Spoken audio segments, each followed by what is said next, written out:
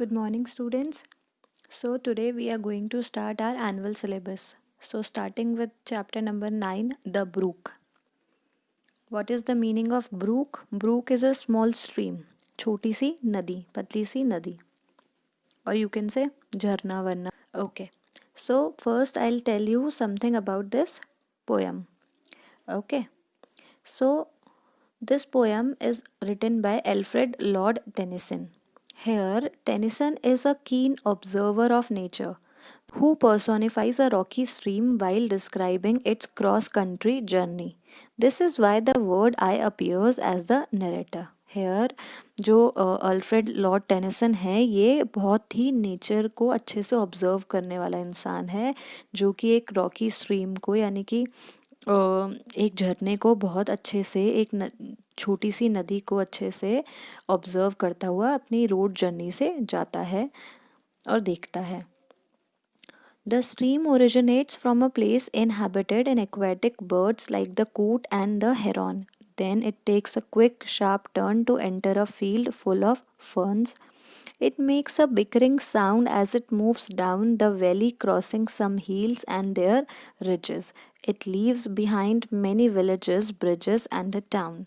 ये जो stream है ये अलग अलग जगहों से होकर जा रही है. Here, coot means a black colored bird with white beak that lives near water. यहाँ पे ये किसको देखता है? कूट को देखता है. हेरॉन यानी हर्न को देखता है जो कि एक वाटर बर्ड है लंबी सी नेक के साथ और लंबे से पैरों के साथ. Okay. And the meaning of bicker is flow और fall with a gentle repetitive noise. तो ऐसे करके वो जब जाता है तो उसको ये सारी चीज़ें वहाँ पर दिखती हैं.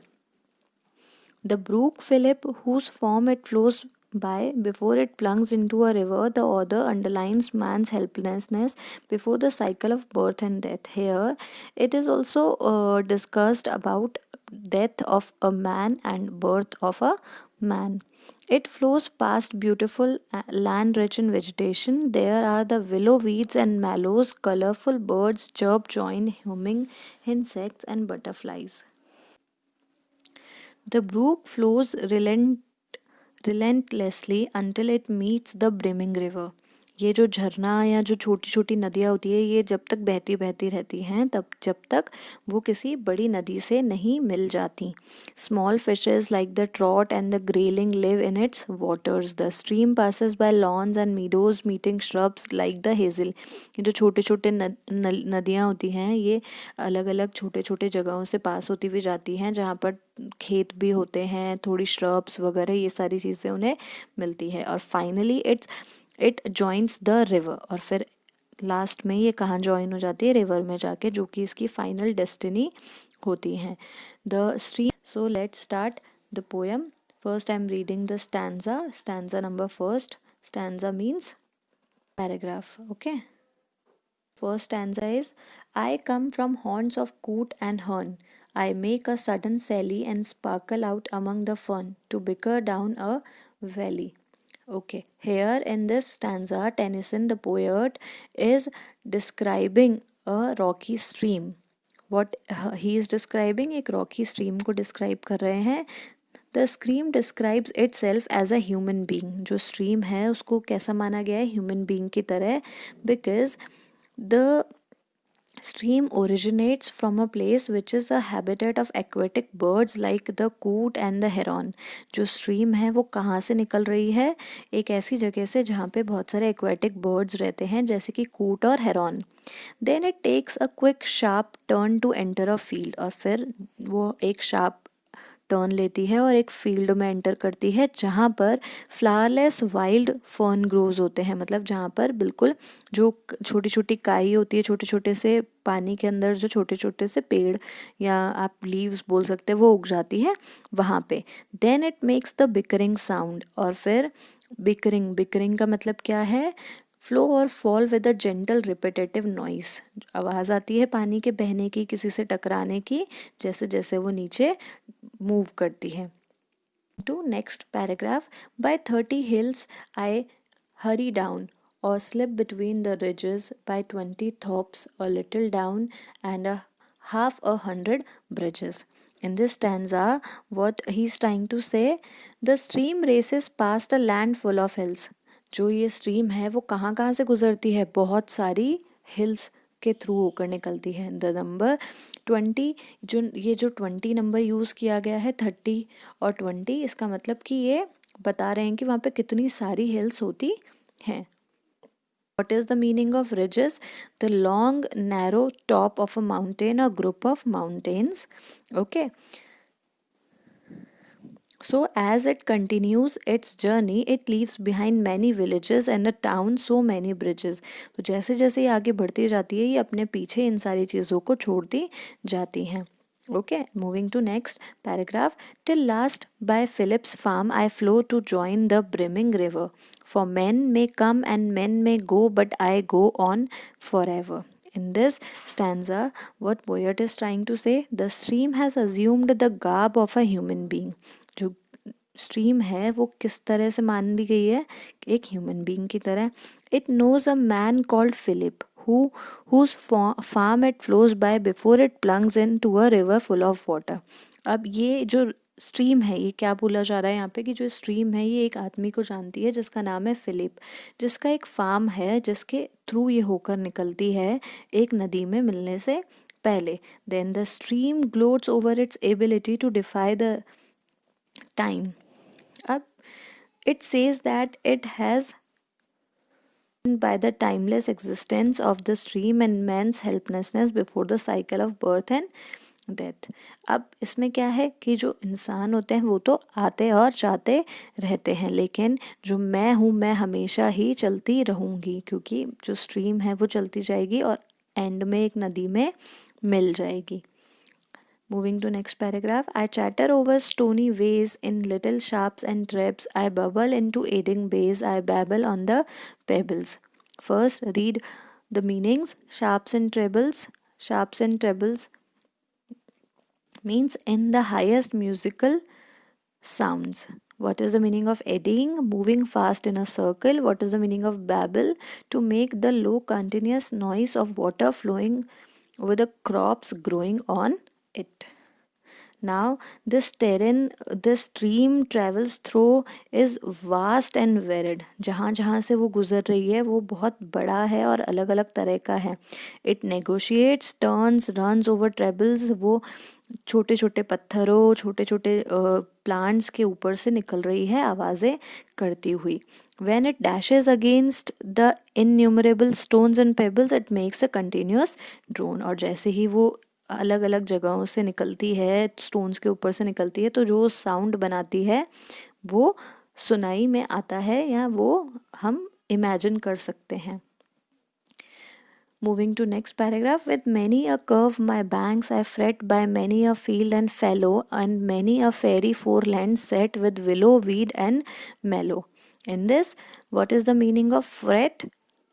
To form by rubbing or wearing away. What is the meaning of fallow? Land does not have crops growing on it. What is the meaning of foreland? A piece of land that lies in front of something. What is the meaning of mallow? A plant that has pink or purple flowers and a stem with small hair on it. In this paragraph, the stream appears to rejoice at its gorgeous flow through the undulated countryside that abounds in farming fields and uncultivated lands. अब जो stream है अब कहाँ से गुजर रही है, एक ऐसी जगह से गुजर रही है जहाँ पे अलग अलग तरीके के अलग अलग फील्ड्स हैं जो, और ऐसी लैंड्स है जहाँ पे कल्टीवेशन नहीं हो सकता, हम फार्मिंग नहीं कर सकते, और ऐसे ऐसे फ्लावर्स हैं जो कि बहुत ज़्यादा ब्यूटीफुल लग रहे हैं. Moving to next paragraph. I chatter as I flow to join the brimming river. For men may come and men may go, but I go on forever. Here what the poet is trying to say कि ये जो stream है, ये जो बह रही है नदी, ये क्या बोल रही है कि मैं तो फ्लो हो रही हूँ, मैं बिल्कुल मतलब जो मैं फ्लो हो रही हूँ, मैं चैटर कर रही हूँ, मैं इंजॉय कर रही हूँ अपनी फाइनल डेस्टिनेशन तक पहुँचने से पहले.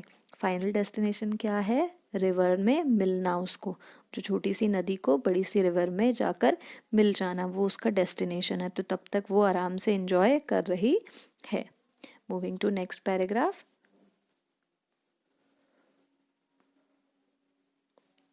Yes, I went about and in and out, with here a blossom sailing, and here and there a lusty trout, and here and there a grayling.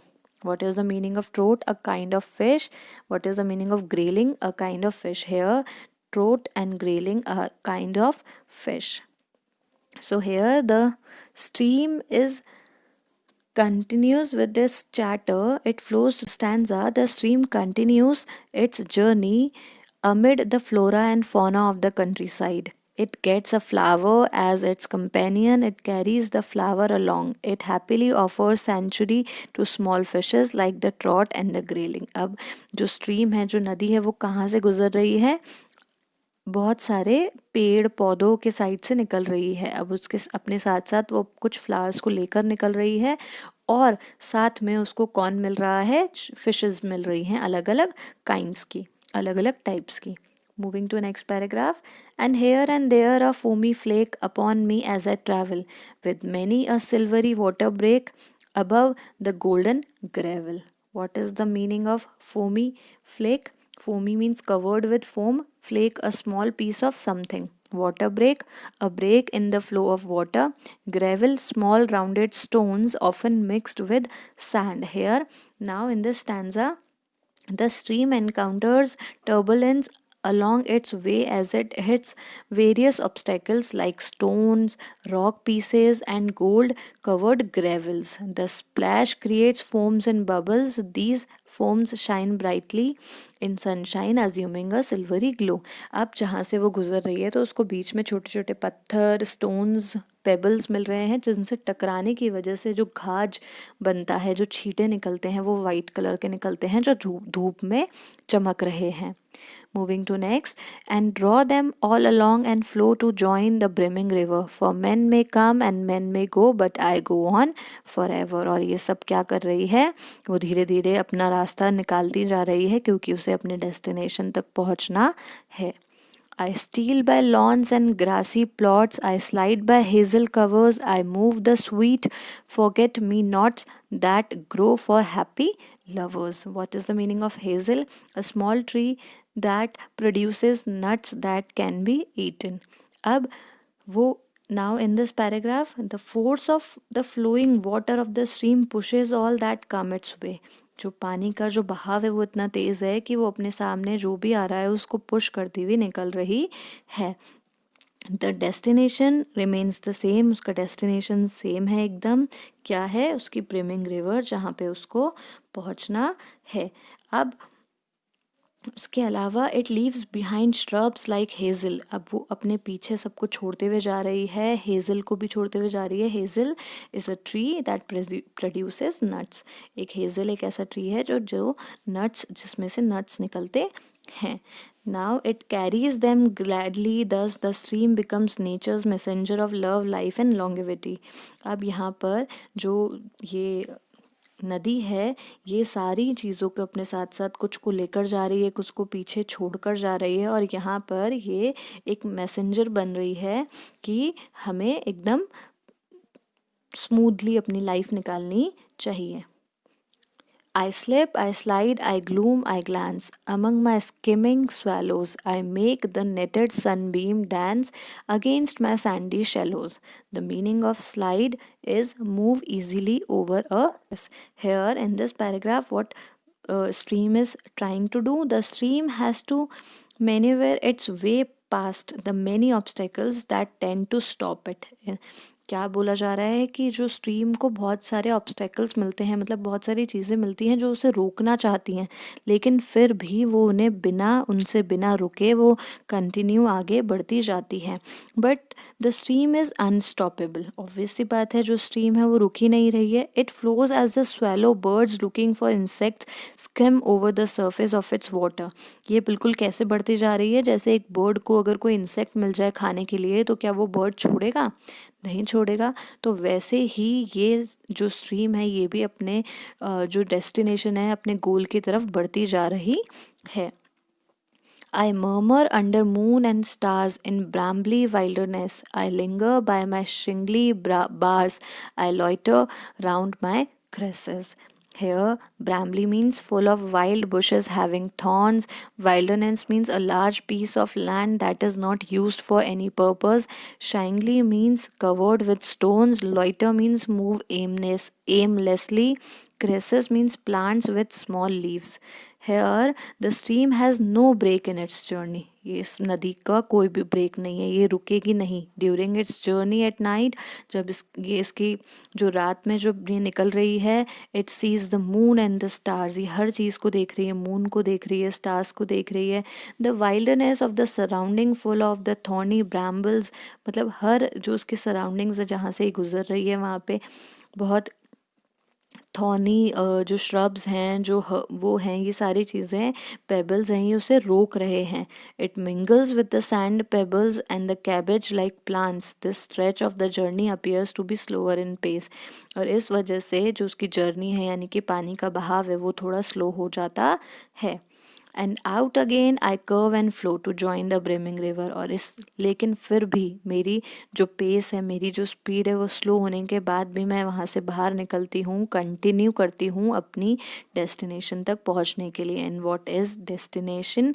उसकी रिवर तक उसको जाना है. फॉर मैन में कम एंड मैन में गो, क्योंकि लोग तो आएंगे और जाएंगे, but I go on for ever. लेकिन मुझे हमेशा जाना है, मुझे हमेशा चलते रहना है. So this is the poem. Hope you have understood this poem. If you have not, please watch this video carefully again. And in this video we have learned that nature and human life is compared. Nature is immortal, यानी nature कभी मरता नहीं है, ख़त्म नहीं होता, पर जो इंसान है वो ख़त्म हो सकता है, ख़त्म होता है. So that is why man a human is मॉर्टल, यानी वो ख़त्म हो जाएगा, अंत हो जाएगा उसका. और नेचर इज़ इमॉर्टल, यानी कि नेचर का कभी अंत नहीं होगा.